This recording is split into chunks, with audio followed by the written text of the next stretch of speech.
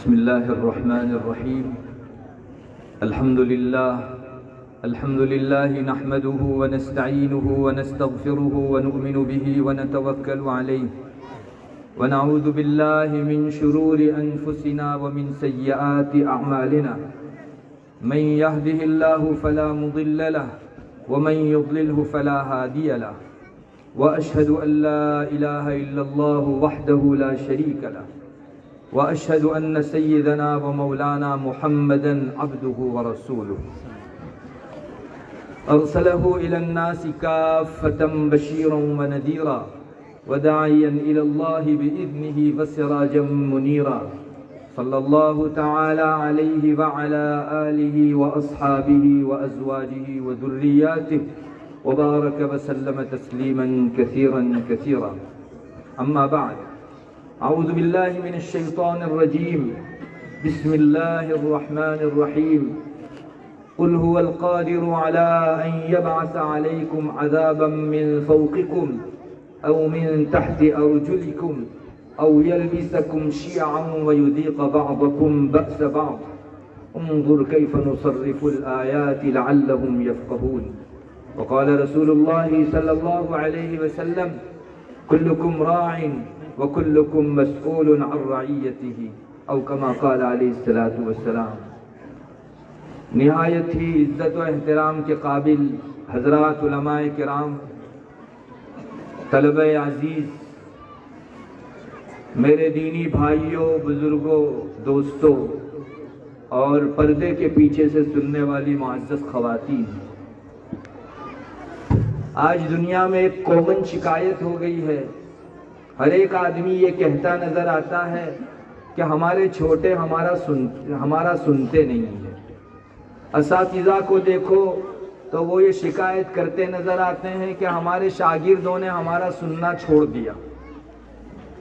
پیروں اور مرشدوں کو ہم لوگ سنتے ہیں، وہ کہتے ہیں کہ وہ ہمارے مریدوں نے ماننا چھوڑ دیا. ماں باپ کو سنتے ہیں، کہتے ہیں ہماری اولاد نے ہمارا کہنا ماننا چھوڑ دیا. بڑے اپنے چھوٹوں کے حوالے سے یہ شکایت کرتے نظر آتے ہیں کہ ہمارے چھوٹوں نے ہمارا کہنا سننا چھوڑ دیا. حکومتوں کو شکایت ہے کہ رعیت ہمارا کہنا نہیں مانتی. ایک کامن شکایت، ایک کامن فریاد ہے. آپ کو کبھی بزرگوں کے یہاں جانے کا اتفاق ہوا ہو، اہل دل حضرات کی مجلس میں آپ کی شرکت ہوئی ہو، تو آپ اس بات کو محسوس کریں گے کہ بزرگوں کے پاس لوگ اپنی اپنی شکایتوں کو اور اپنی اپنی فریادوں اور پریشانیوں کو لے کر آتے ہیں. 10 آدمی میں اگر آپ دیکھیں گے تو لگ بھگ 6 سے 7 افراد اس بات کی شکایت کو لے کر آتے ہیں کہ حضرت دعا کر دیجئے، ہمارے چھوٹے ہمارے کہے میں نہیں، ہمارے ماتحتوں نے ہمارا کہنا سننا چھوڑ دیا. میں نے آپ کو بتایا حکومتیں اس سلسلے میں پریشان ہیں کہ رعیت بادشاہوں کی، بڑوں کی نہیں سنتی. خاص کر کے ہمارے ان چھوٹوں کا مزاج کچھ ایسا بننے لگا ہے جس میں خلاف ورزی، حکم عدولی اور اپنے بڑوں کا نہ ماننا ان کی طبیعتوں کے اندر آہستہ آہستہ داخل ہو رہا ہے. آپ کو اندازہ نہیں ہوگا، ہمارے ڈابھیل جامعہ میں ابھی پچھلے 5-6 سال ہوئے انگلینڈ سے ایک وفد آیا تھا. وہ حکومت کی طرف سے بھیجا ہوا تھا اور پوری دنیا کے مختلف ممالک اور مختلف دھرم والوں کے پاس جا کر وہ اس بات کا حل چاہتا تھا کہ ہمارے یہاں ٹین ایجرز کرائم کرنے والوں کی تعداد بڑھ رہی ہے. 13 سال سے لے کر 19 سال، 20 سال، 22 سال تک کی عمر کے بچے کرائم اور جرائم کرنے لگے ہیں، جرم پیشہ بننے لگے ہیں. تو ایک مستقل شکایت کو لے کر یہ وفد UK حکومت کی طرف سے مدارس میں اور الگ الگ دھرم والوں کے بیچ گھوم رہا تھا. جامعہ میں بھی آ کر انہوں نے اپنا یہ سوال پیش کیا کہ اسلام کی اگر کوئی ایسی تعلیمات ہو جن کی روشنی میں ہم اپنے چھوٹوں کے ذہن کو انصاف والا، عدل والا، لوگوں کے کام آنے والا، ہمدردی اور غمخواری والا بنا سکیں، تو ہم آپ سے اس سلسلے میں کچھ تعلیمات لینے آئے. اس وقت میں کچھ مسلمان بھی تھے جنہوں نے اپنی یہ عرض رکھی. بہرحال الگ الگ جگہوں کے اوپر جا کر انہوں نے اس بات کو تلاش کرنا چاہا. میں اس دن سوچ رہا تھا کہ صرف ایک گھر، ایک محلہ اور ایک بستی اس سلسلے میں پریشان نہیں ہے، حکومتیں پریشان ہیں. ان لوگوں کا کہنا تھا کہ ٹین ایجرز، جرم پیشہ لوگوں سے ہماری جیلیں بھری ہوئی ہیں اور ابھی آئے دن ان میں اضافہ ہی ہو رہا ہے. حکومت مستقل ٹینشن میں ہے کہ ان میں بڑھنے والے جرائم اور کرائم روکے کیسے جائیں.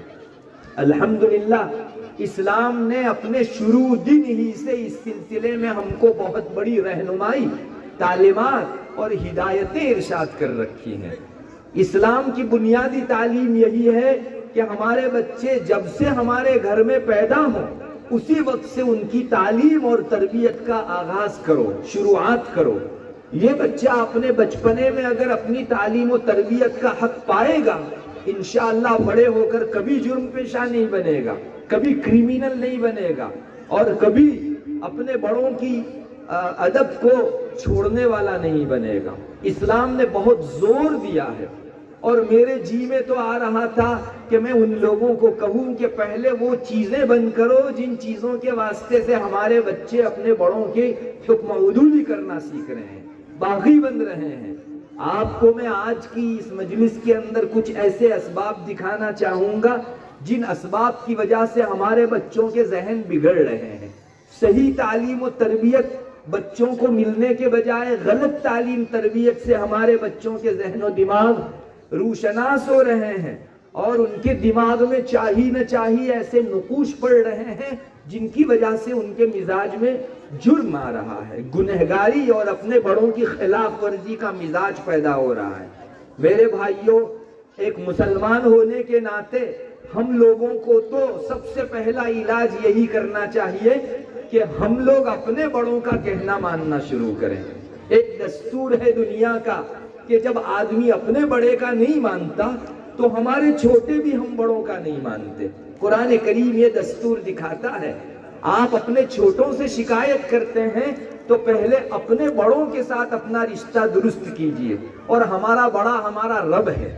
اللہ اکبر. ہم لوگ نماز میں ہر انتقال کے موقع سے، رکوع سے سجدے میں جانے کے موقع سے، سجدے سے اٹھنے کے موقع سے، سارے وقت میں بولتے ہیں اللہ اکبر، اللہ اکبر، اللہ اکبر. اس کا مطلب ہوتا ہے دنیا میں اگر کوئی بڑا ہے تو وہ اللہ ہے.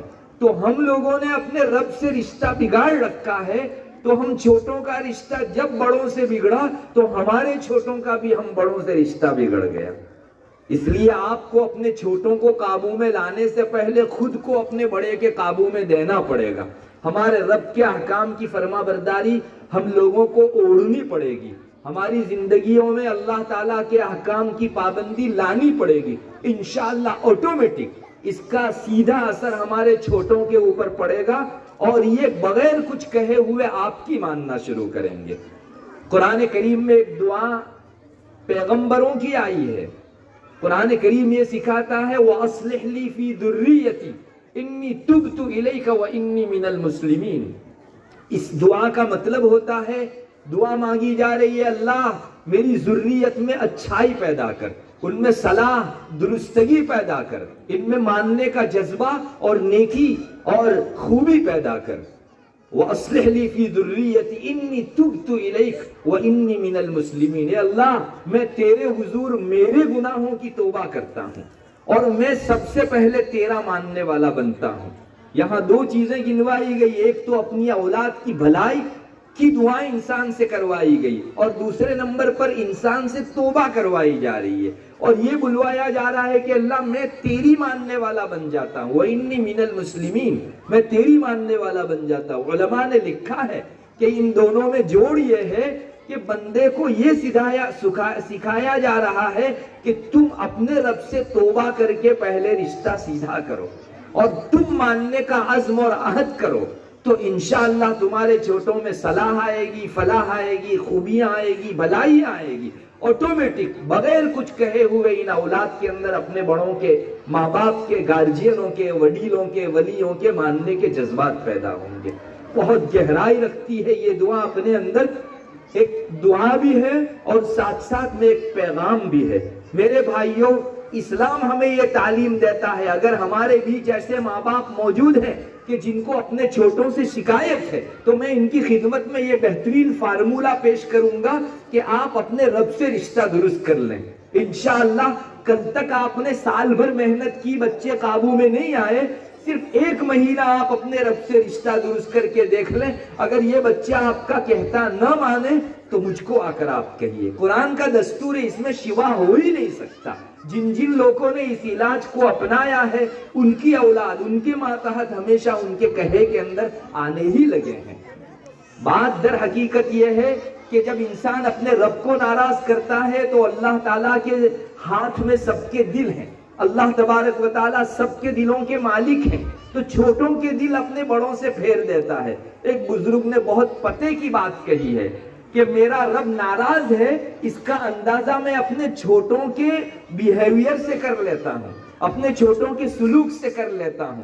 چنانچہ جس دن میرا رب ناراض ہوتا ہے، میری سواری بھی میرے کہے میں نہیں ہوتی۔ میرا اس زمانے میں گدھا سواری کے طور پر استعمال کیا جاتا تھا، تو بزرگ فرماتے ہیں کہ میں اپنے گدھے کی نافرمانی میں دیکھ لیتا ہوں کہ میرا رب مجھ سے ناراض ہے۔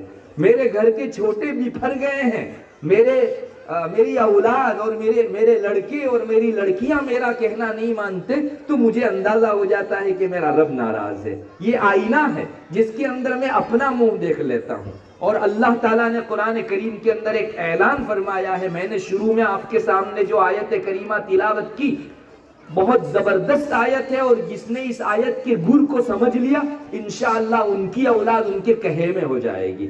اللہ فرماتا ہے قل، محمد اعلان کر دو، هو القادر على ان يبعث عليكم عذابا من فوقكم، اللہ اس پر قدرت رکھتا ہے کہ وہ اوپر سے تمہارے اوپر عذاب بھیجے، ومن تحت ارجلكم، اور تمہارے نیچے سے تم پر عذاب بھیجے، اور تمہارے اپنوں سے، وَيُذِيقَ بَعْضَكُمْ بَأْسَ بَعْضٍ، اپنے ہم عمروں سے تم کو عذاب دے۔ اللہ تبارک و تعالیٰ نے 3 چیزیں ارشاد فرمائی، بہت سی تفسیریں ہیں اس کی۔ ایک تفسیر یہ ہے، اوپر سے عذاب کا مطلب تمہارے جو سربراہان ہیں، جو حکومت کر رہے ہیں، جن کو سیاست کی زمام اور لگام ہم نے دے رکھی ہے، ان کو تم پر سوار کر دیں گے، اور وہ تمہارے اوپر مظالم ڈھائیں گے، ظلم ڈھائیں گے، اتیاچار کریں گے، اور تم کو مختلف قسم کی عذاب اور سزائیں چکھائیں گے۔ اللہ فرماتا ہے اوپر سے عذاب بھیجیں گے، علماء فرماتے ہیں مطلب یہ ہے کہ تمہارے بڑوں کو ظالم بنا دیں گے، اور تمہارے نیچے سے ہم تم پر عذاب بھیجیں گے، اس کا مطلب تمہارے ماتحت اور تمہارے چھوٹے، تمہاری اولاد، یہ تم سے بپھر جائے گی۔ یہ نیچے سے عذاب ہے۔ بہت سی مرتبہ ہم دیکھتے ہیں اولاد ایسی گستاخی کرتی ہے۔ میں چونکہ اسی شعبے میں کام کرتا ہوں، میاں بیوی کے درمیان کے بہت سارے کیسز دیکھنے کے مجھ کو مواقع ملتے ہیں۔ ہمارے ایک استاذ ایک مرتبہ کہنے لگے کہ بعض موقعوں پر اولاد اپنے ماں باپ کی ہمارے سامنے ایسی گستاخی کرتی ہے کہ رات کو نیند نہیں آتی کہ ایک بیٹا اپنی ماں کو ایسا بول سکتا ہے، ایک بیٹا اپنے باپ کو، ایک بیٹی اپنی ماں کو اس طرح سے تو تڑاکے سے بات کر سکتی ہے۔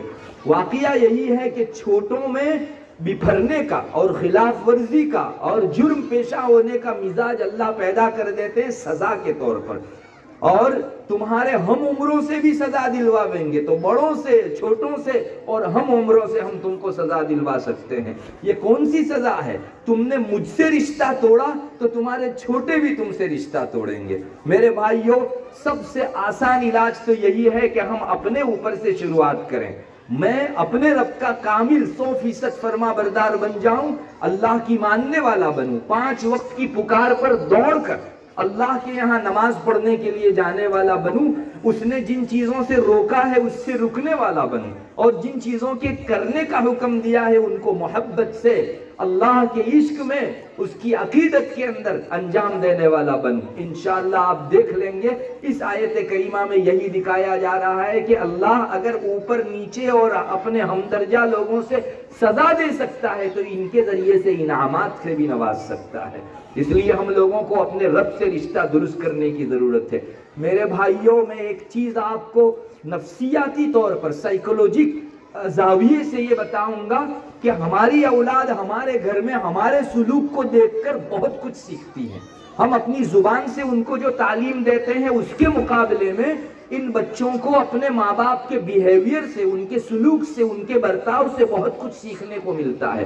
آپ دیکھ لیجئے جن گھروں کے اندر جھگڑوں کا ماحول ہے، میاں بیوی کے درمیان میں تو میں ہوتی رہتی ہیں، یا ساس بہو کے درمیان کے جھگڑے یہ بچے دیکھتے ہیں، حالانکہ بچوں کی عمر ہوتی ہے 2 سال 3 سال، جس میں وہ کوئی بہت زیادہ شعور اور سمجھ نہیں رکھتے، لیکن یہ بچہ اپنے مزاج کے اندر ایک خاص قسم کے جھگڑے کا تصور لے کر بڑا ہوتا ہے۔ چنانچہ اپنے چھوٹوں سے جب کھیلنے جاتا ہے تو اس سے وہی چیزیں سرزد ہوتی ہیں جو گھر کے اندر اپنی معصوم آنکھوں سے وہ دیکھتا ہے۔ ماں باپ آپس میں ایک دوسرے پر غصہ کرتے ہیں تو بچے کے مزاج میں غصے کا آنا لازم ہے۔ بچہ ہمارے زبان سے تعلیم دینے کے ذریعے جتنا سیکھتا ہے اس سے زیادہ ہمارے برتاؤ کو دیکھ کر سیکھتا ہے۔ مجھے اگر ہمارے بچے میں نرمی، بڑوں کا ادب اور بڑوں کے ماننے کا جذبہ پیدا کرنا ہے تو مجھے گھر کے ماحول کو درست کرنا پڑے گا۔ اگر میں اپنی بیوی کے ساتھ دن رات ہر وقت لڑتا ہی رہوں اور پھر میرے بچے سے امید رکھوں کہ یہ اس برے اثر سے پاک ہو اور اس کے اندر نرمی پیدا ہو اور دوسروں کو معاف کرنے کا جذبہ، کسی سے نہ جھگڑنے کا جذبہ پیدا ہو، تو یہ زیادہ ہی امید ہے، اوور کانفیڈنس ہے، جس کو انسان جو ہے کبھی بھی پا نہیں سکتا۔ ہمیں چاہیے کہ ہم اپنے گھروں کے برتاؤ کو درست کریں۔ یہ ہماری مائیں بھی بیٹھی ہوئی ہیں، میں ان کی خدمت میں پیش کروں گا۔ اذان ہوتے ہی آپ اپنے کام کاج کو بند کر کے نماز کی طرف لپکیے۔ وضو اور نماز، ان دونوں چیزوں کا اہتمام کیجیے۔ آپ کی چھوٹی اولاد اپنی آنکھوں کے واسطے سے دل میں یہ منظر بھرے گی، اور بڑی ہوگی تو کسی قسم کی نئی تعلیم کے بغیر جو ہی اذان ہوگی یہ نماز کی طرف لپکے گی، چونکہ ایک لمبے عرصے تک اس کی معصوم آنکھوں سے اس کے دل کے اندر یہ نقشہ بیٹھ گیا ہے، جم گیا ہے۔ انشاءاللہ یہ ایک بہترین اسلام کا بتایا ہوا راستہ ہوگا جو ہماری اولاد کے ہم سے بپھرنے کے اندر بہت کچھ ہمارا تعاون کرنے والا ہوگا۔ پھر اہل دنیا یہ جو بڑے پیمانے کے اوپر بچوں سے پریشان ہیں، ان حضرات کی خدمت میں تو یہی پیش کیا جا سکتا ہے، سب سے پہلے ان سورسز کو بند کرو جن سورسوں کے ذریعے سے ہمارے بچوں کے دماغ بگڑ رہے ہیں۔ میں آپ کو موٹی مثال بیان کروں، دیکھیے آرٹ کے ذریعے سے، اور آرٹ کے نام پر دنیا میں بہت ساری ایسی چیزیں پھیلائی گئی جن کے واسطے سے بچے کرمینل بنے۔ یہ فلمیں ہیں، سیریلیں ہیں، موویز ہیں، ان کے اندر کیا چیزیں دکھائی جاتی ہے؟ ہمارا بچہ مختلف فلموں سیریلوں میں فائٹ دیکھے گا، ایک دوسرے کے خلاف جو ہے خنجر چلانا دیکھے گا، تلوار چلانا، نیزے چلانا دیکھے گا، بلا وجہ ایک دوسرے کا خون بہانا دیکھے گا، تو اس کے ذہن پر اس کا زبردست ایفیکٹ ہوگا، اور یہ بچہ کل کو خونریز اور سفاکیت لیے ہوئے بڑا ہو سکتا ہے۔ ہمارے بچوں میں آج کل یہ جو پھیلا ہوا ہے آرٹ کے نام سے، یہ لوگ دیکھتے ہیں سیریلیں، فلمیں اور موویز، اس کا بہت بڑا نقشہ ان بچوں کے ذہنوں کے اوپر سوار ہوتا ہے۔ اور پھر فلموں کی حد کیا کم تھی جو ابھی ایسی گیمز داخل کر دی گئی جن گیمزوں کے اندر یہاں کا بچہ امریکہ کے اور آسٹریلیا کے ایک بچے کے ساتھ لڑنا، مارنا، چلانا، چیخنا اور چیخ و پکار کرنا سیکھتا ہے۔ کیا چیز ہے یہ؟ ہم آپ ایک طرف سے جو ہے بچوں کو بگاڑنے کے اسباب پیدا کریں اور پھر دنیا میں دیا لے کر نکلیں اور مختلف جگہوں پر روشنی حاصل کرنے کی تلاش کریں، تو یہ جنون کے سوا کچھ نہیں ہے۔ جیسے ایک آدمی پیشاب بھی کر رہا ہے اور ساتھ ساتھ میں وضو بھی کر رہا ہے، مجھے بتائیے اس آدمی کا وضو ہوگا؟ آپ پیشاب سے فارغ ہوئیے تب جا کر آپ کا وضو ہوگا۔ جس چیز کو آپ حاصل کرنا چاہتے ہیں وہ چیز طہارت ہے، اور نجاست کے جاری رہتے ہوئے طہارت کبھی آ نہیں سکتی، پاکی کبھی آ نہیں سکتی۔ تو پہلے تو ان سورسز کو بند کرنا پڑے گا۔ ہمارا بچہ بار بار اس طرح کی فائٹنگ وغیرہ دیکھتا ہے تو ان کے ذہن ضرور کرمینل بنتے ہیں۔ میں نے تو اپنی آنکھوں سے اخبار میں دیکھا ہے، ہمارے یہاں پولیس نے ایک عرصے میں ابھی کچھ مدت ہوئی یہ باقاعدہ ایک ایڈ دی تھی کہ جس بچے کو فلاں گیم کھیلتا ہوا پاؤ ہم کو ہیلپ لائن کے اوپر فون کرو، ہم آ کر اس کو جو ہے سیدھا کریں گے۔ کیا چیز ہے؟ تمہاری تہذیب نے تمہارے ہی اپنے پاؤں کے اوپر جو ہے کلاڑا مارا ہے، تم نے اس کو آرٹ کے نام سے پھیلایا اور یہی چیز تمہارے سر کے اوپر سوار ہو کر بولنے لگی۔ اس لیے ہم لوگ آرٹ کے نام پر عنوان بہت اچھا ہے، بچہ آرٹ سیکھتا ہے، کڑا سیکھتا ہے، کمال سیکھتا ہے، لیکن یہ کمال نہیں ہے، یہ خامی ہے، یہ خوبی نہیں ہے، یہ نقص ہے، یہ کوئی اچھائی نہیں ہے۔ ہمیں چاہیے کہ ان چیزوں میں فرق کرنا سیکھیں کہ میرے بچے کو مجھے کیا دینا چاہیے اور کیا نہیں دینا چاہیے۔ ہمارے بچے بڑے ہونے کے بعد بہت آسانی سے اسلام چھوڑ رہے ہیں، خواتین کے اندر مرتد ہونے کی واردات بے تحاشا ہے۔ اس کا سبب آپ نے کبھی دیکھا؟ میں نے تو غور کیا، مجھے یہ معلوم ہوا کہ تہذیب اور کلچر کے نام پر ان بچوں کو اسکولوں کے اندر ایسے درس سکھائے جاتے ہیں جو بڑے ہو کر ان کے اندر یہ کفر کا وائرس لاتے ہیں۔ چنانچہ آج مجھے پتا نہیں آپ کے علاقے میں ہے یا نہیں، ہمارے یہاں بہت ہے، سیلیبریشن کے نام سے، مختلف تہواروں کو منانے کے نام سے ہمارے یہاں ڈرامے کیے جاتے ہیں اسکولوں کے اندر، اور وہ سیلیبریشن بعض مرتبہ مذہبی ہوتے ہیں، مذہبی تہوار کو منایا جاتا ہے، اور اس میں خاص طور پر مسلمان بچوں کو رول ادا کرنے کے لیے جو ہے داخل کیا جاتا ہے۔ اب یہ چیز ایسی ہے، کفر و شرک کو ظاہری طور پر ہی اگر کوئی آدمی اپنا لے تو ظاہر کا بڑا اثر باطن کے اوپر پڑتا ہے۔ اس لیے یہ ظاہر کا لباس جو اس نے ڈرامے کی حد تک پہنا ہے، کل کو اس کے دل پر اثر انداز ہو تو کسی کو شکایت کرنے کی ضرورت نہیں ہے، ہم نے ہی اپنی چھاتی میں خنجر بھونکا ہے۔ میرے بھائیوں، ان اولاد کو اس طرح کی تہواروں والی، مذہبی تہواروں والی تہذیب کے اندر ہرگز حصہ مت لینے دو۔ میں آج تھوڑا سا اس پلیٹ فارم سے بڑی ذمہ داری کے ساتھ اس چیز کی سنگینی کو بتانا چاہتا ہوں۔ علماء نے فتاوی میں لکھا ہے کہ اگر کوئی بچہ دوسرے مذہب کا ایسا شعار اپنائے کہ جو ان کی مذہبی روایت ہے اور جس کے کرنے کی وجہ سے انسان ان کے مذہب میں داخل ہوتا ہے، جیسے کہ ڈرامے میں ایسے بھی کچھ شوز دکھائے جاتے ہیں، ہمارا مسلمان بچہ تلک کرتا ہے یا جنوئی پہنتا ہے بعض مرتبہ، علماء نے فرمایا ہے کوئی 50 سال کا مسلمان ایک مرتبہ تلک کر لے یا جنوئی پہن لے تو آن دا اسپاٹ اسلام سے خارج ہو جاتا ہے۔ اب یہ بچہ اگر معصوم ہے تو اس پر تو کفر نہیں ہوگا، لیکن جو ماں باپ اس کو اس طرح کا ڈرامہ کروانے کے لیے رضامندی دکھا رہے ہیں، علماء نے لکھا ہے ان ماں باپ جو ہے اپنا اسلام کھو چکے، ان کا نکاح ٹوٹ گیا، انہیں دوبارہ نکاح کر کے اسلام لا کر پھر سے جو ہے ابھی نئی شروعات کرنی ہے۔ 50 سال کی عبادتیں سب کی سب ڈسٹبن میں چلی گئی۔ علماء فرماتے ہیں ایک گھڑی کے مرتد ہو جانے کی وجہ سے پچھلی ساری عبادتیں جل جاتی ہیں۔ اب آپ واپس مسلمان بھی ہوتے ہیں تو یہ نئی زندگی شروع ہوگی، پچھلی نیکیاں لوٹ کر نہیں آ سکتی۔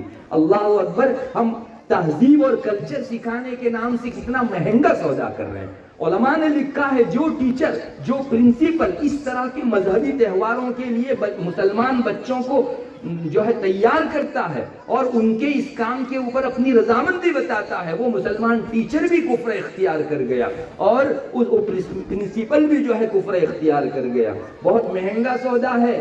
یہ بچے اگر شرک و کفر اس طرح سے مذاق کے طور پر ڈرامے میں ہی کرتے ہیں، یاد رکھیے ان کے دلوں کے اندر ان کے برے وائرس ہو جاتے ہیں۔ ایسی چیزوں میں ہرگز شامل مت ہونے دیجئے، ورنہ اگر ایک مرتبہ ہم نے ان کو شامل ہونے کا موقع دیا، اپنی رضامندی کا اظہار کیا، تو کل کو جو نقصانات ہوں گے اس کے بھگتنے کے لیے ہم کو تیار رہنا چاہیے۔ اللہ تعالی ہماری حفاظت فرماوے۔ میرے بھائیوں، ہمارے انہی بچوں کے اندر دنیاوی تعلیم کے نام پر بعض ایسی چیزیں داخل کی گئی جو اینٹی اسلام چیز ہے، جیسے لڑکوں اور لڑکیوں کے درمیان میں ایک ساتھ بیٹھنا، ان کا ملاقات کرنا، ہائی ہیلو کرنا، ایکانت میں اور تنہائی کے اندر ان کا آپس میں ملنا، یہ وہاں کی تہذیب شمار ہوتی ہے، جبکہ اسلام ایک گھڑی بھی اس کی اجازت نہیں دیتا کہ کوئی لڑکا کسی لڑکی کے ساتھ تنہائی کے اندر چاہے دوستانہ چاہے فرینڈلی کوئی بات کرے، جبکہ وہاں کی یہ تہذیب سمجھی گئی ہے۔ یاد رکھیے اس کے ذریعے سے بچوں میں فحاشی آئے گی، بے حیائی آئے گی، اور مرد اور عورت جب تنہائی میں ملتے ہیں تو تیسرا وہاں شیطان ہوتا ہے، حدیث شریف میں ہے۔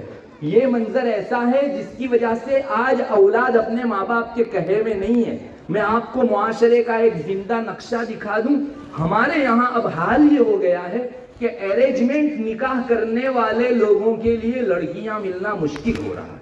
ہمارے علماء نے اس سلسلے میں غور کیا تو معلوم ہوا کہ اس طرح کی عورتوں اور مردوں کے ملنے کی بری تہذیب کی بنیاد بنیاد پر افیئر اتنے ہو گئے کہ سب نے افیئر کی معرفت اپنا اپنا پاتر تلاش کر لیا. جو ارینجمنٹ کر کے شریف لوگ، شریف بچے نکاح کرنا چاہتے ہیں، ان کے پاس پاتر ہی نہیں ہے سامنا. ہر ایک اپنا افیئر کر کے کسی نہ کسی سے رشتہ جوڑے ہوئے ہیں. اللہ اکبر. یہ مسلم معاشروں کا نقشہ ہو رہا ہے. میں چند اپنے ماتحتوں کو، طلباء کو، اپنے شاگردوں کو جانتا ہوں جن کے 5 سال سے تلاش کی جا رہی ہے، لیکن ارینجمنٹ نکاح کے لیے بہت بڑی مشکلات آ رہی ہے. اس لیے کہ مدرسے کا طالب علم عام حالات کے اندر اس طرح کے چھچھوڑے پن میں نہیں پڑتا، اور جب وہ تلاش کرنے نکلتا ہے تو لڑکیوں میں عموماً افیئر والی لڑکیاں ایسی رہتی ہیں جن کا اپنا پہلے سے منہ زبانی کسی سے انگیجمنٹ ہو چکا ہوتا ہے. میرے بھائیوں، یہ مسلمانوں کے معاشرے کا نقشہ اگر آج ہے تو کل 2 سال بعد نہایت ہی گھناؤنا اور سنگین نقشہ دیکھنے کو مل سکتا ہے. اللہ کی پناہ، یہ سب ہمارے ہاتھ سے اپنے پاؤں پر مارے ہوئے کلہاڑے ہیں. انہی عصری تعلیم کے مرکزوں کے اوپر ویلنٹائن ڈے منوایا جاتا ہے. ویلنٹائن ڈے یعنی عشق و معاشقے کی کھلی اجازت، جس کو اسلام حرام قرار دیتا ہے. آپ کسی خاتون سے معاشقہ نہیں رکھ سکتے، ہمارا رب ناراض ہو جاتا ہے. اور اگر کوئی آدمی آج یہ کہے کہ میں تو نیک ہوں، ہمارے دل میں صفائی ہے، اس کے ساتھ کوئی برا معاملہ نہیں ہے، تو میں اور آپ کس کھیت کی مولی ہیں؟ شیطان تو کہتا ہے کہ ایک مرتبہ رابعہ بصریہ اور حسن بصری بھی تنہائی میں مل جائیں تو مجھے اتنا کانفیڈنس ہے کہ میں ان کی آنکھیں لڑا دوں. جب جنہوں نے زندگی اللہ کے عشق میں گزاری ہو ان حضرات کے بارے میں شیطان کو یہ کانفیڈنس ہے، تو ہم گنہگاروں کی بھلا کیا بساط ہے. یہ بہت اوور کانفیڈنس ہے کہ ہم لوگ یہ کہیں کہ میں لڑکی سے تنہائی میں ملوں اور میرے دل کے جذبات نہ بگڑیں. یہ بہت بری چیز ہے. اس چیز کو سٹاپ کرنا ہوگا. میں نہیں کہتا آپ عصری تعلیم بند کر دو، دنیاوی تعلیم میں آپ کو پڑھانا ہے پڑھائیے. ایسی اسکول منتخب کیجئے جہاں بچوں کا دین بھی محفوظ رہے اور ان کو دنیاوی تعلیم بھی میسر ہو.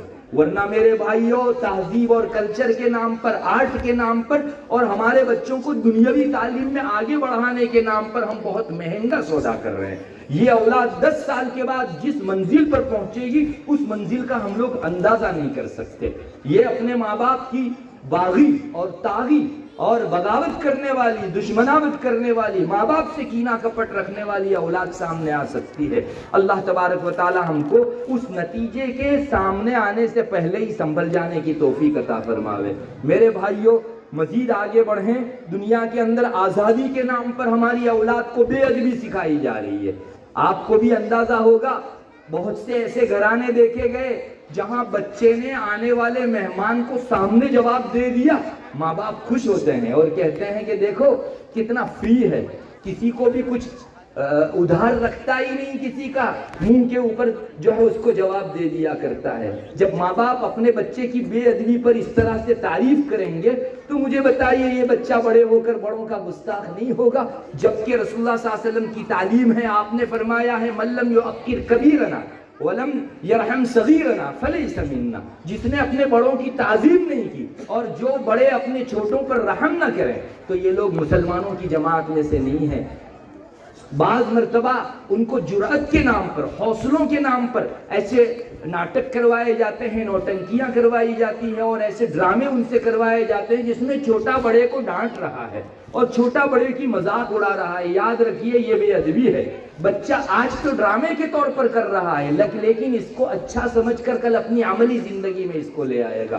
اور نقشے دیکھنے کو مل رہے ہیں ایسے بچے جب بڑوں کی گستاخی کرتے ہیں تو پہلے یہ ہوا کرتا تھا کہ ماں باپ روک لیا کرتے تھے، لیکن آج تعریف کی جاتی ہے بچے کی کہ دیکھا اسکول کے اندر فلاں ڈرامے میں اس نے حصہ لیا تھا. ہمت اتنی کھل گئی کہ کسی بھی بڑے کو ایک مرتبہ لتاڑتے ہوئے یہ بچہ شرم نہیں کرتا. یہ کوئی تعریف کی چیز تھی، یہ خامی تھی جس کو ہم نے خوبی کے نام سے جو ہے باور کر لیا. میرے بھائیوں یاد رکھو، با ادب با نصیب، بے ادب بے نصیب. یہ بچہ اگر آج ادب کا دامن اپنے ہاتھ سے چھوڑ دے گا تو کل کو ایک اچھے پرسن کی حیثیت سے، سجن کی حیثیت سے معاشرے میں کبھی نہیں ابھر سکتا. ایک شریف مرد کی صورت کبھی بھی یہ معاشرے میں پیش نہیں کر سکتا۔ ہمیں چاہیے کہ اسلام سے جو تہذیبیں ٹکرانے والی ہیں، ہماری جو ایکٹیویٹیز اینٹی اسلام ہے، ان سب سے ہم کو کوسوں دور رہنا پڑے گا۔ چاہے دنیا میں ہم پیچھے رہ جائیں، لیکن رب کو ناراض کر کے ترقی کرنے کا کوئی مطلب بھی نہیں ہے۔ یہ آدمی ترقی نہیں کر رہا ہے بلکہ پستی اور تنزلی کے اندر جا رہا ہے۔ میرے بھائیوں، آپ نے دیکھا ہوگا کامیڈی باز فلمیں ہوتی ہیں جن فلموں کے اندر اسی طرح کی گستاخیاں اور کسی سے مذاق اور اس طرح کی چیزیں سکھلائی جاتی ہیں۔ ہم لوگ اس کو ایک فن کی، آرٹ کی حیثیت سے دیکھتے ہیں، لیکن بچے کی مینٹالٹی بن رہی ہے، اس بچے کی ذہنیت تیار ہو رہی ہے۔ اس میں اگر وہ اس طرح کے نقشے دیکھے گا، کل کو اپنے بڑوں کا بہت بڑا گستاخ ہو سکتا ہے۔ اسی طرح اور آگے بڑھیں آپ، وسعت اور براڈ مائنڈ بنانے کا ایک چکر دنیا میں چلا ہے، اور ایک اچھا عنوان ہے۔ آپ سارے عنوانوں کو دیکھو گے، اس میں کبھی برائی کا عنوان استعمال ہی نہیں کیا جائے گا۔ ایسا معلوم ہوتا ہے کہ اندر زہر ہے اور اوپر جو ہے ایک کوٹنگ کر دیا گیا ہے چاکلیٹ کا۔ اس آدمی کو اندر کی زہرناکی کا اندازہ ہونا چاہیے، صرف اوپر کی چاکلیٹ دیکھ کر اسے کھا لینا اور اندر کے زہر سے آنکھ بند کر لینا، یہ بچوں کی نادانی ہے۔ میرے بھائیوں، سارے عنوانات دیکھیے، آرٹ کا عنوان ہے، دنیاوی تعلیم میں وہ آدمی آگے بڑھے گا، یہ عنوان ہے، کلچر اور تہذیب سیکھے گا، یہ عنوان ہے، آزادی اور فریڈم میں یہ آدمی آگے بڑھے گا، یہ عنوان ہے۔ اسی طرح براڈ مائنڈ ہوگا، اس کا ذہن وسیع ہوگا، یہ بھی ایک بہت چکنا چپڑا عنوان ہے، لیکن اس عنوان کے ذریعے سے اسلامیات ہم سے چھڑوائے جا رہے ہیں۔ آج بہت سے نوجوان یہ کہتے نظر آتے ہیں، بھائی سفر میں ہیں، آج تھوڑا سا انجوائے کا، پکنک کا ہمارا یہ سفر ہے، نماز تھوڑی سی قضا ہو جائے تو کیا حرج ہے۔ ہر مرتبہ نماز کو ایسے چپک کر نہیں رہا جاتا۔ آج ایک مرتبہ دوستوں کے ساتھ تھوڑا سا انجوائے کرو، بعد میں پڑھ لینا نماز۔ مجھے بتائیے یہ براڈ مائنڈ ہونے کے واسطے سے کیا چیز ہمارے اندر داخل کی جا رہی ہے؟ نماز قضا کرنے کی تلقین اگر براڈ مائنڈ ہونا ہے تو تف ہو ایسے براڈ مائنڈ کے اوپر، ڈسٹبن ہو ایسا براڈ مائنڈ جو ہمارے رب کو ناراض کر دے۔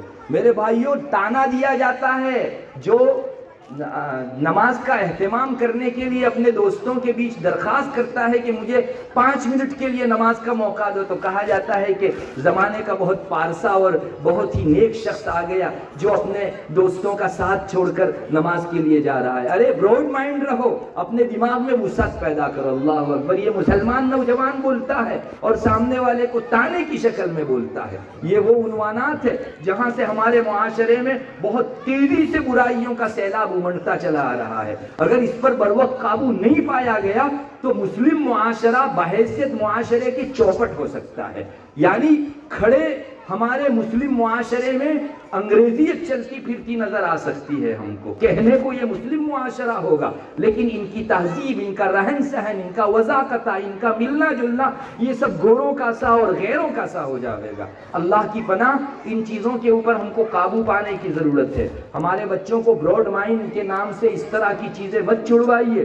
بعض مرتبہ کہتے ہیں کہ ارے تھوڑی آج دوستوں کی مجلس سے کلین شیو ہو جاؤ تھوڑی دیر کے لیے، حالانکہ بچہ داڑھی رکھنے کے موڈ میں ہے اور داڑھی رکھنا واجب ہے۔ ہمارے علماء نے کتابوں کے اندر اس بات کو رسول اللہ صلی اللہ علیہ وسلم کی تعلیمات سے ثابت کیا ہے کہ داڑھی رکھنا ایک مشت کے بقدر اتنا واجب ہے۔ اب ایک بچہ اس موڈ میں ہے کہ میں رسول اللہ صلی اللہ علیہ وسلم کی سنت اپنے چہرے پر لوں، دوستوں کے تانوں کی وجہ سے کہ ارے اتنا زیادہ ابھی عمر کہاں ہوئی ہے، بڑے ہو کر داڑھی رکھ لینا۔ مسلمان بچے اس کا ذہن بنا کر، میں کہوں گا مینٹالٹی بگاڑ کر اس کو داڑھی کاٹنے کے اوپر مجبور کرتے ہیں۔ یہ ہے براڈ مائنڈ، یہ ہے ہماری وہ تہذیب جس پر ہم کو فخر ہے، جبکہ اللہ ناراض ہو رہا ہے۔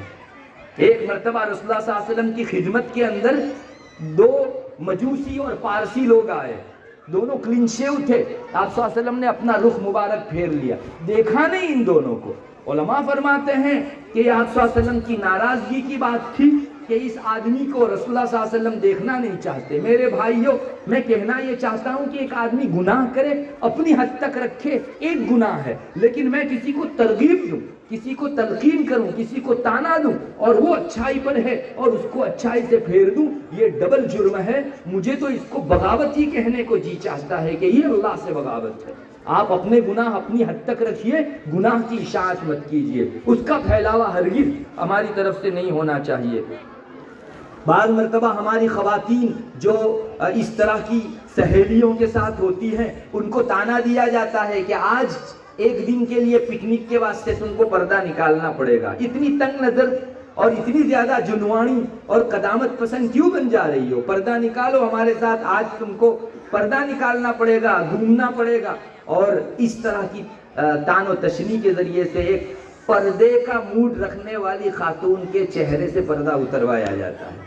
میں تو کہوں گا آپ اپنے رب کی ناراضگی والے مدعے پر کبھی بھی کمپرومائز نہ کیجیے. چاہے 4-5 دوست ناراض ہو جائیں لیکن رب ناراض نہیں ہونا چاہیے، ورنہ ایک مرتبہ سب کو خوش کرنے کے لیے آپ نے رب کو ناراض کیا تو کل کو سب بھی ناراض ہو جائیں گے. جس نے رب کو ناراض کیا سب کو وہ خوش نہیں رکھ سکتا، چونکہ سب کے دل اللہ کے ہاتھ میں ہے. اس لیے ایسی شکلیں اور صورتیں ہمارے درمیان پیش آ رہی ہے، ہماری اولاد کو روک ٹوک کرو.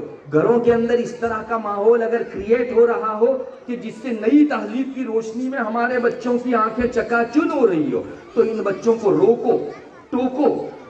آج ہمارے گھروں سے روکنے ٹوکنے کا ماحول بھی ختم ہو گیا. کوئی اپنے بچوں کو غلطیوں کے اوپر روکتا نہیں، بس موڈ یہ ہے کہ ہمارے بچے ناراض ہو جائیں گے، ان کو برا لگے گا اور ماں باپ کو وہ اپنا دشمن سمجھنے لگیں گے. جبکہ یہی ماں باپ ہے اپنی اولاد سے جب گھر کے اندر کوئی مالی نقصان ہو جاتا ہے، چنانچہ باپ کی کار کے اوپر اس نے اسکریچ کر دیا تو یہ باپ برستا ہے اس بچے پر. ماں کا اگر کوئی برتن توڑ دیا تو ماں شام تک آسمان اٹھا لیتی ہے اپنے سر کے اوپر. لیکن دینی احکام ہمارے سامنے ہمارے بچے توڑتے ہیں، رب کی محبت نہیں رہی. سچی بات یہ ہے کہ اللہ کی محبت نہیں رہی. ایک چائے کی پیالی کی جو محبت تھی وہ اللہ کی محبت ہمارے دل میں نہیں رہی. کار پر اسکریچ پڑ جانے سے میرا دل کسک پائے گا، کھٹک پائے گا، لیکن اللہ کا حکم توڑ رہا ہے. میں دیکھ رہا ہوں میرا بیٹا بستر پر پڑا ہے، نماز قضا ہونے جا رہی ہے. میں دیکھ رہا ہوں میرا بیٹا میوزک سن رہا ہے جو اللہ کی ناراضگی کی چیز ہے اور میری زبان نہیں کھل رہی ہے، جبکہ میں ہی پیالی ٹوٹنے کے اوپر اس کو خوب ڈانٹتا بھی ہوں. تو یہ میرا دوغلاپن اللہ کے یہاں مجھ کو کامیاب نہیں ہونے دے گا. میرے بھائیوں، اللہ کی محبت مقدم رکھنی پڑے گی. یہ جو بہاؤ آ رہا ہے اس کو روکنا پڑے گا، تب ان بچوں میں نیکی پیدا ہوگی، بھلائی پیدا ہوگی، صلاحیت پیدا ہوگی. اور میرے بھائیوں اور آگے بڑھو. اعلیٰ لائف سٹائل پانے کی ایک امید کے اوپر ہمارے بچوں کا دین خراب کیا جا رہا ہے. آج ہمارے سامنے آئیڈیل یہ ہے معاشرے کا فلاں آدمی 1 لاکھ سیلری پاتا ہے مہینے کی، 1.5 لاکھ پاتا ہے، 2 لاکھ پاتا ہے، 2.5 لاکھ پاتا ہے. اس طرح کی اعلیٰ لائف سٹائل. ہفتے میں 1 مرتبہ ٹیک اوے کے اوپر اپنی ساری فیملی کے ساتھ کھانے جانا اور پکنک کے اوپر مہینے میں 1 مرتبہ جانا، اس کو اعلیٰ لائف سٹائل کہا جاتا ہے. بچوں کو جھونکا جا رہا ہے کہ اتنی اعلیٰ لائف سٹائل پانی ہو تو اپنے عصری تعلیم کا معیار بلند کرنا پڑے گا. اور اس کے لیے ہو کیا رہا ہے؟ اعلیٰ دنیاوی تعلیم دلانے کے لیے بچے کے مکتب کے وقت میں کٹوتی کی جا رہی ہے. 1 گھنٹہ بہت زیادہ سمجھا جاتا ہے مکتب کے لیے اور 8 گھنٹے 9 گھنٹے دنیاوی تعلیم کے لیے. 6 گھنٹہ اسکول میں اور 2 گھنٹے جو ہے ٹیوشن کے نام کے اوپر. کیوں؟ سیلری اعلیٰ پائے گا، عہدہ بڑا پائے گا، ڈگری بہت بڑی پائے گا اور معاشرے میں سر اٹھا کے جی سکے گا. جی وہ ایسا سر اٹھا کے جیے گا جیسے فرعون جی رہا تھا، وہ بھی سر ابھارتا تھا ہمیشہ. لیکن رب کو ناراض کر کے آپ نے سر ابھارا تو یہ چیز کامیابی کی علامت نہیں ہے. مجھے معاف کیجئے، مکتب کا نظام چوپٹ ہوا جا رہا ہے. بہت سی جگہوں پر اب ماں باپ کے ذہن ایسے بنتے جا رہے ہیں، استاذ نے تربیت کے لیے کچھ کہہ دیا، بچوں کو مکتب سے اٹھا لیا، ہمیں نہیں پڑھانا ہے. اللہ اکبر، اللہ کی کتاب سے بیگانہ کر رہے ہیں ہم لوگ. کل کو محشر میں ہماری عشاء فجر کے بارے میں جیسے پوچھا جائے گا، اللہ اس بچے کی تعلیم تربیت کے بارے میں سب کے بیچ کھڑا کر کے ہم کو پوچھنے والا ہے. اس کی خبر رسول اللہ صلی اللہ علیہ وسلم نے 1400 سال پہلے بڑے ڈوٹوک انداز میں دے دیا. آپ نے فرمایا الا کلکم راعٍ، سنو تم میں سے ہر آدمی نگہبان ہے، وکلکم مسئول عن رعیتہ، تم میں سے ہر ایک سے اپنے ماتحتوں کے بارے میں پوچھا جائے گا. میرے بھائیوں، آپ 2-5 منٹ کے لیے اپنے گریبان میں منہ ڈال کر یکسوئی کے ساتھ سوچ لیجئے، میرے بچے کو اگر میں تہذیب کے نام پر، آرٹ کے نام پر، کلچر کے نام پر خلاف اسلام کام کرنے کی اجازت دیتا ہوں اور میرے رب نے مجھ کو پوچھ لیا تو میرا کیا جواب ہوگا؟ کیا میں یہ کہہ سکوں گا کہ اللہ دنیا پانی تھی اس لیے تیرے احکام توڑے؟ محشر کے اندر اس طرح کا جواب ہرگز نہیں چلے گا۔ ہمیں چاہیے کہ ہمارے بچوں کو آپ دنیاوی تعلیم دینا چاہیں دیں، لیکن دینی تعلیم و تربیت سے کوڑا نہ رکھیں۔ انشاءاللہ یہ جو شریعت کی گائیڈ لائن ہے اس پر اگر ہم لوگ چل کر ہمارے بچوں کی صحیح تعلیم تربیت کریں گے، اللہ کی ذات سے بہت امید ہے ہماری یہ شکایت زبان پر نہیں رہے گی کہ ہمارے بچے ہمارے کہے میں نہیں ہیں۔ یہ آٹومیٹک قرآن کی تعلیم کا اثر ہے، رسول اللہ صلی اللہ علیہ وسلم کے عقائد اور سیرت کی تعلیم کا اثر ہے۔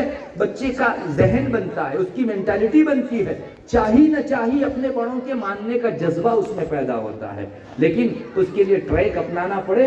میں آپ کو کہوں گا ہمارے یہاں یہ جو اللہ تعالیٰ نے مکتب کی شکل میں ایک مرکز قائم کیا ہے، اپنے بچوں کو اہتمام سے یہاں بھیجیے۔ قرآن کریم کی تعلیم کی شفافیت ان کے دلوں پر اثر کرے گی۔ وہ جیسے اپنے استاذ کا کہاں مانے گا، آپ کا بھی کہاں مانے گا، اور آہستہ آہستہ اس کے مزاج میں اتنا چینجز آ جائے گا قرآن کی برکت سے، دینی تعلیمات کی برکت سے، کہ آپ اندازہ نہیں لگا سکتے۔ ایک درخواست آپ والیوں سے میری یہ بھی ہے، ماؤں بہنوں سے بھی کہنا ہے کہ اگر مدرسے میں مکتب نے استاذ نے ہمارے بچے کی خیر خواہی کے لیے کبھی اس کی تربیت کے لیے کوئی جملہ کہہ دیا، یا اس کو کہہ دیا کہ اس طرح کے فیشنیبل بال اسلام پسند نہیں کرتا، اس طرح کا بے حیائی والا لباس اسلام پسند نہیں کرتا، ہماری بچی کو کہہ دیا، تو استاذ کو اپنا محسن مانو، اس کو اپنا دشمن نہ مانو، ورنہ کل کو سب کہنا چھوڑ دیں گے، آپ کی اولاد جہاں پہنچے گی اس کا اندازہ نہیں کیا جا سکتا۔ دیکھو ایک بات یاد رکھو، آج کوئی کسی کو کہنے تیار نہیں ہے۔ پہلے یہ ہوتا تھا محلے میں چند نوجوان اگر کچھ غلطی کر رہے ہوں تو چاہے رشتہ دار نہ ہو، ماں باپ نہ ہو، ولی اور وڈیل جب وہاں سے گزرتے تھے تو ان کی ہمدردی میں کہتے تھے بیٹو ایسا مت کرو، ڈانٹنا ہوتا تو ڈانٹ بھی دیا کرتے تھے۔ آج ہر ایک اپنا سیپریٹ جیون گزار رہا ہے، کسی کو کسی میں پڑی نہیں ہے۔ اگر آپ کے بچے کو کوئی اچھی بات کہتا ہے تو وہ 5000 روپیے دیتا تب جتنا محسن کہلاتا، اس سے بڑا احسان آپ کے بچے پر کر رہا ہے، چونکہ یہ غلطی کے اوپر ٹوکنے سے بچے کی غلطی دور ہوگی، بھلائی کی تلقین کرنے سے اس بچے میں نیکی اور بھلائی آئے گی۔ پیسوں سے اس کا تقابل کیا ہی نہیں جا سکتا۔ لاکھوں روپے دینے کے بعد بھی آدمی اتنا بڑا محسن نہیں بن سکتا جتنی اچھی تعلیمات دینے اور برائیوں سے روکنے کے نتیجے میں انسان محسن بنتا ہے۔ ہمیں چاہیے کہ ہم لوگ ان چیزوں کی قدر کریں، اپنے بچوں کو اس مکتب میں یا جو مکتب آپ سے قریب ہو ایک بڑا وقت دے کر بھیجیں، 2 گھنٹہ 2.5 گھنٹہ دے کر بھیجیں۔ اس بچے کی انشاءاللہ خیریت اور بھلائی اللہ تعالیٰ آپ کے بچے میں اتاریں گے، اور ایک دن آئے گا یہ بچہ بہترین پرسن کے نام سے معاشرے کے اندر ابھرے گا، آپ کا سر اونچا ہوگا۔ اللہ تبارک و تعالی ہماری آج کی مجلس کو بے پناہ قبول فرماوے، اور جو کچھ کہا گیا ان پر عمل کی توفیق عطا فرماوے۔ اگر کوئی چک سے غلط بات نکل گئی ہو اللہ تبارک و تعالی معاف فرماوے۔ وآخر دعوانا الحمدللہ۔